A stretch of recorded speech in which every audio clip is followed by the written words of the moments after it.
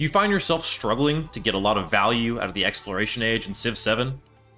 Well, you're in the right place. Hey everyone, this is Connor here at Civ House, here today to talk about my top 5 Civ and Leader combinations for the Exploration Age in Civ 7.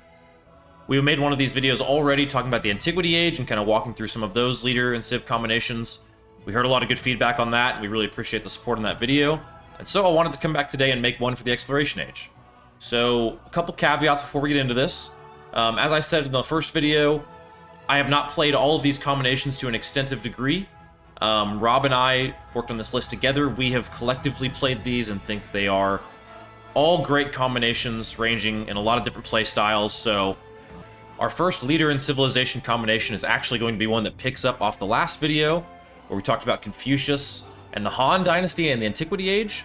Now we're going to be talking about the continuation of that with Confucius and the Ming Dynasty here in the Exploration Age. This is another great way to play, especially thanks to these great walls, different things like that, to help you if you want to build a tall civilization in the Exploration Age, not necessarily focused on what the age is named for, exploring. So with this, you're going to sit back a bit more, hole up, continue to grow your cities. You can still be founding different towns and things like that in the Exploration Age. There is some leeway here for how you can play this. But in general, if you're looking for science, this is an absolutely great place to start.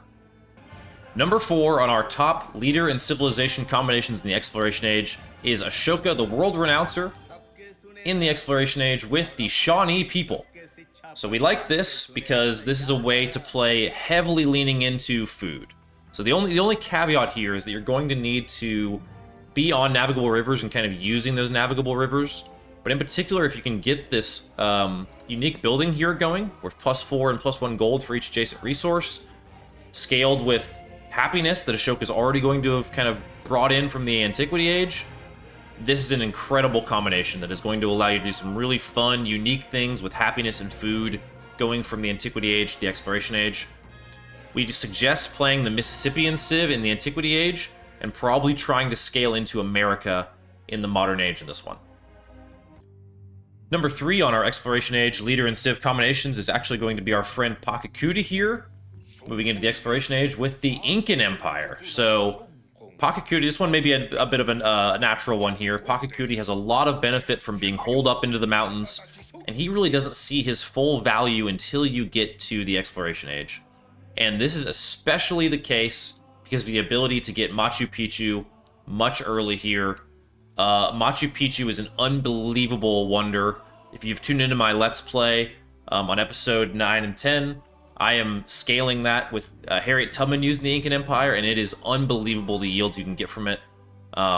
So this really comes into play here in the Exploration Age.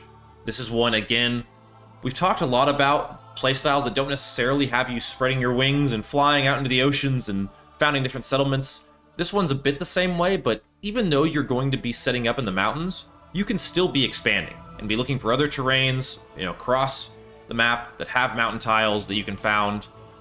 If you're interested in playing Pakakuta with the Incan Civ, we recommend starting off with the Mayan Civ in Antiquity, and then probably looking to scale to the Mexican Civ in the Modern Age. Number 2 on our Leader and Civ combinations list for the Exploration Age is going to be Charlemagne, the Father of Europe, with the Mongolian Civ in the Exploration Age. In order to start with this, we recommend going with Persia in Antiquity, but a lot of this is just about stampeding with your cavalry units, right? So Charlemagne has his innate bonuses to cavalry units during a celebration, and we buff that here with the Noyen, which gives you a plus 50% flanking bonus to cavalry units in their command radius. So again, with this one and with Mongolia in general, it's worth noting here that you really don't leave your home continent in the Exploration Age with Mongolia, but you absolutely dominate it when you're there, especially with Charlemagne as your leader. You're going to have cavalry units running everywhere, literally just stampeding over any competition you may run into. So if that sounds like a playstyle you're interested in, if you don't really love island hopping and going out and searching the world, but you kind of want to use the mid-game to dominate a bit more, we can think of no better combination than Charlemagne and Mongolia. And rounding out the list, at number 1 of our civilization and leader combinations in the Exploration Age, we have Xerxes, the Achaemenid, into the Exploration Age with the Songhai civilization. If you watched our top 5 Antiquity Age leader and Civ combinations video, you're going to know I'm very high on Xerxes the Achaemenid and Oxum, and this scales perfectly into the Exploration Age with the Songhai civilization. You're getting the ability to pillage trade routes, you're getting the ability to make better trade routes of your own, you're focusing on being around rivers, and your trade routes can't be plundered. It is built purely for getting as much gold as you can, which, in our opinion, really allows you to play whatever playstyle you want. I really think that this gives you an insane amount of flexibility to go from age to age, and we recommend going, as it says here, into Buganda in the modern age. But by then, you should be so far ahead with your economy anyway that, honestly, it may not even matter what modern age Civ you play. With this list, and with any content we make like this, there are a lot of leaders that we didn't talk about, and there's a lot that we absolutely could have. I mean, all the leaders that we talked about in the Antiquity Age could have been shouted out in this video. I know a lot of people want to see Isabella in one of these videos, and honestly, she's one that you could play with just about any Civ. Natural Wonders are so incredible. But that's honestly the case for a lot of these leaders. Machiavelli, so many, Ben Franklin, Harriet Tubman I'm very high on. There's a lot of different leader and Civ combinations that you can play in Civ 7.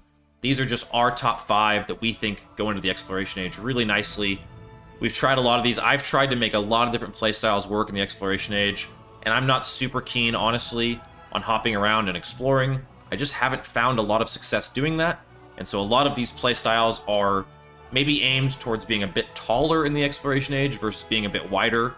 I also think that can just set you up a bit better going into the modern age than spreading out your resources and trying to get treasures around the map. But, as with all of our videos, we honestly would just love to hear your feedback on this. I'm sure there's going to be a lot of opinions about our list. People that have had maybe more success or less success with their own. Would love to hear all that and everything in between.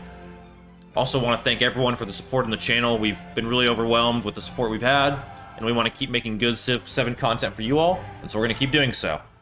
So again, thank you all for tuning in, and from our house to yours, we'll hope you'll join us for one more turn. We'll see you next time.